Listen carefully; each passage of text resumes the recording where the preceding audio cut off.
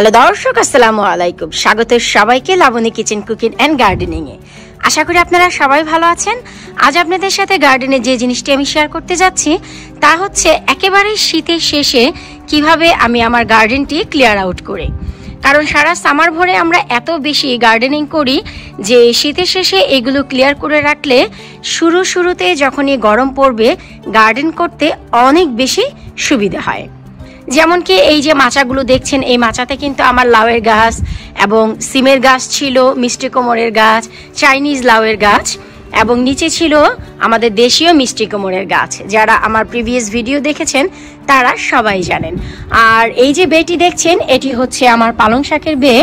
একেবারে নভেম্বরের শেষের পথে, তারপরেও দেখুন যে পালং শাক আপন সরে হয়েই যাচ্ছে।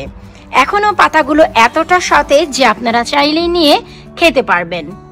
প্রায় 3 মাস হয়ে গেছে যে এই গার্ডেনের কোনো যত্ন আমি করছি না, শুধু একদিন করে আমি ক্লিয়ার আউট করছি। কারণ নেক্সট সামারে, পরবর্তী বছরের একেবারে সামারের শুরুতে যেন গার্ডেনিং ইজিলি করা যায়, তাই আমি ঠিক একইভাবে প্রতি বছর গার্ডেনটি ক্লিয়ার করি।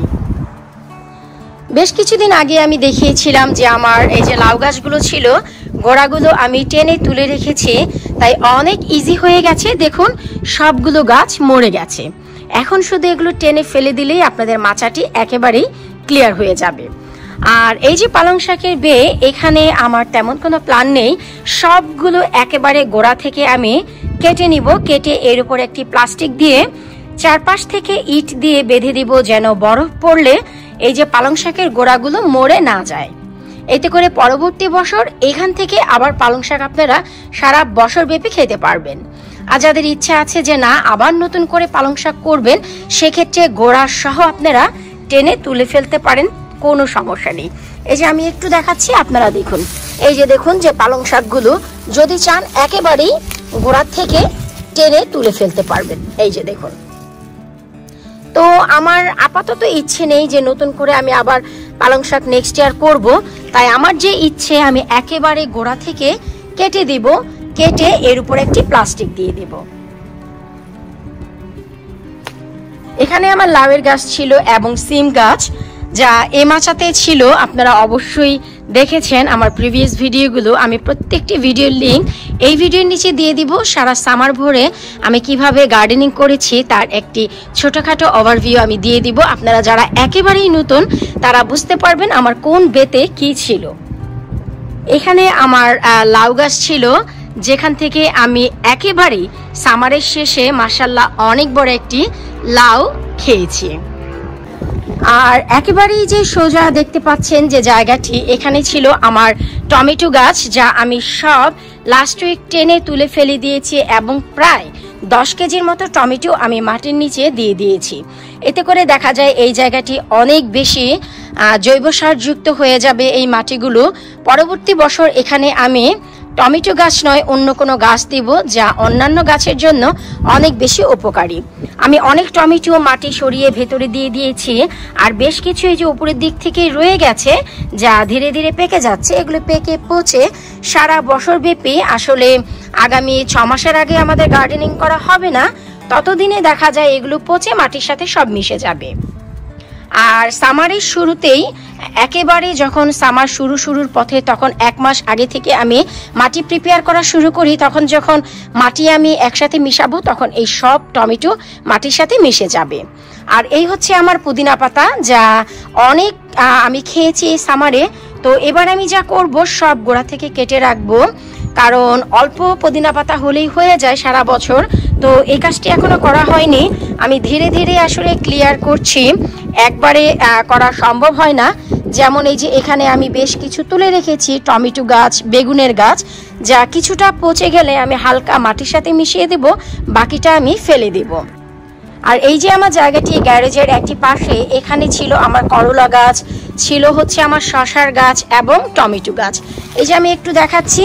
আর এখানে ছিল অজস্র কচু গাছ, একটু দেখাচ্ছি যে কচুগুলো আমি সব কেটে প্রিজার্ভ করে রেখেছি ডিপ ফ্রিজে, যা বছরব্যাপী আমি খাবো। আর এখান থেকে আবার আগামী বছর আপনারা কচু পেয়ে যাবেন। তবে এত বেশি ঠান্ডা যে আসা হয়নি, আমি এই কচুর উপরেও প্লাস্টিক দিয়ে চতুর্দিক থেকে ইট দিয়ে বাউন্ডারি করে রাখবো। এতে করে দেখা যায় এই কচু গাছের গোড়াগুলো মোটেও বরফ পেয়ে পচে যাবে না। নেক্সট সামারে এখান থেকে আবার ভুড়ি ভুড়ি কচু আমরা খেতে পারবো। আর এই যে আগাছা দেখতে পাচ্ছেন, এই সব আগাছা আমি ক্লিয়ার করব। আর এই যে গাছ ছিল আমার এখানে, এটি ফুলের গাছ, এটি হচ্ছে প্লাম গাছ, যা একেবারেই মরে গেছে, কারণ এখন এত বেশি ঠান্ডা যে গাছে কোনো পাতাই থাকবে না।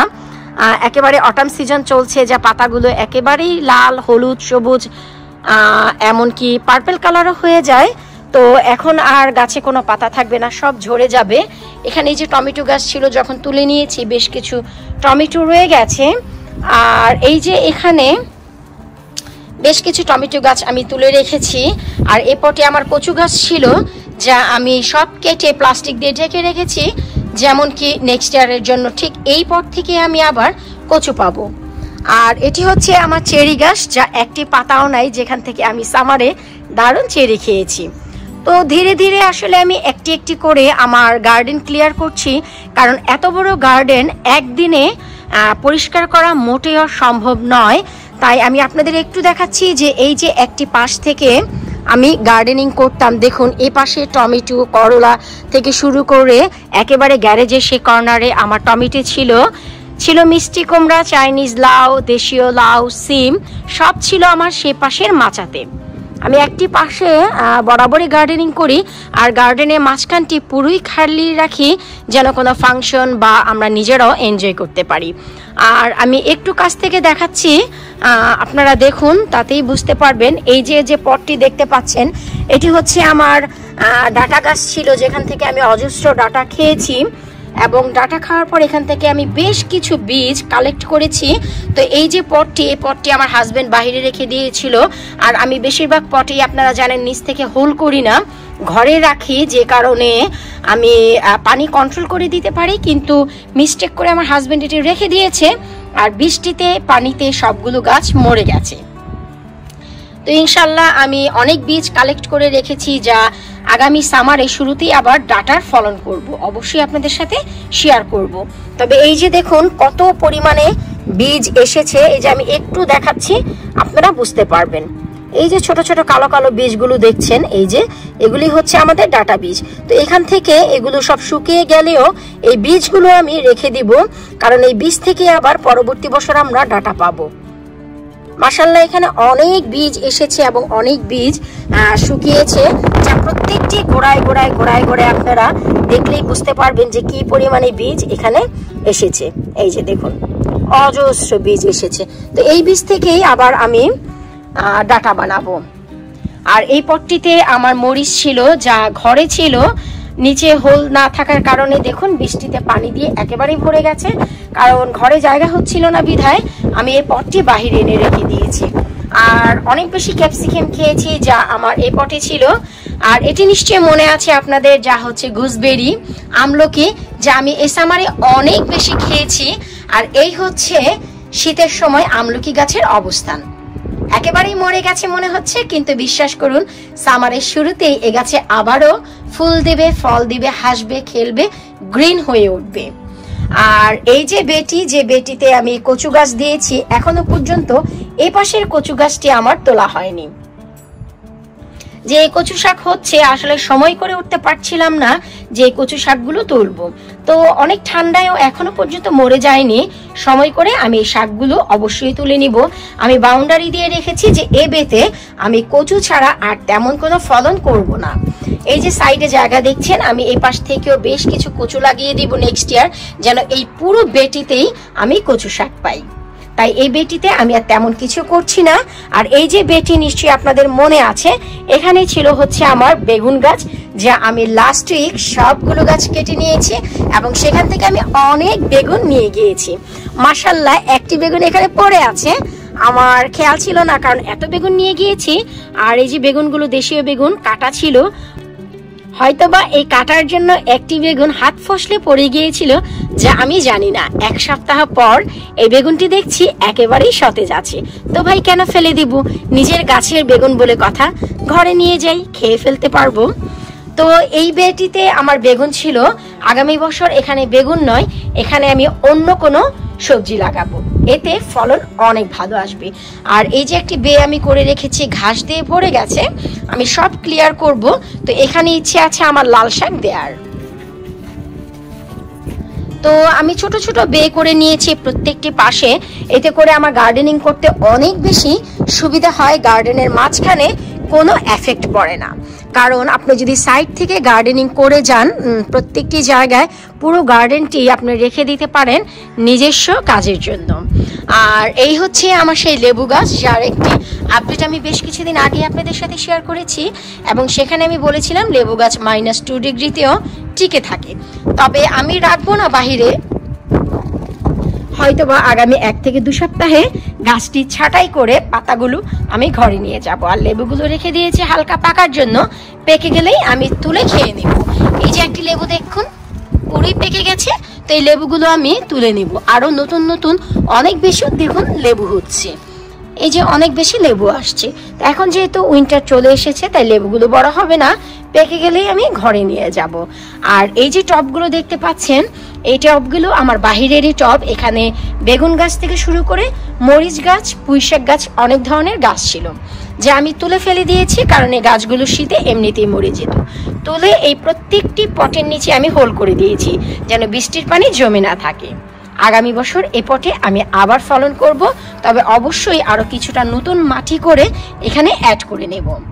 এই যে আমি গাছগুলো তুলে তুলে একটি পাশে রেখেছি, কারণ এই গাছগুলো যখন তোলার পর আপনারা বিন ব্যাগে ভরবেন, অনেক জায়গায় নিবে। তো 1 সপ্তাহ যদি রেখে দেন, গাছগুলো অনেক বেশি মরে যায়, পচে যায়, তখন বিন ব্যাগে অনেক কম জায়গা নেয়। আর এই যে গার্ডেনে ঘাস দেখতে পাচ্ছেন, ঘাসগুলো বড় হয়ে গেছে।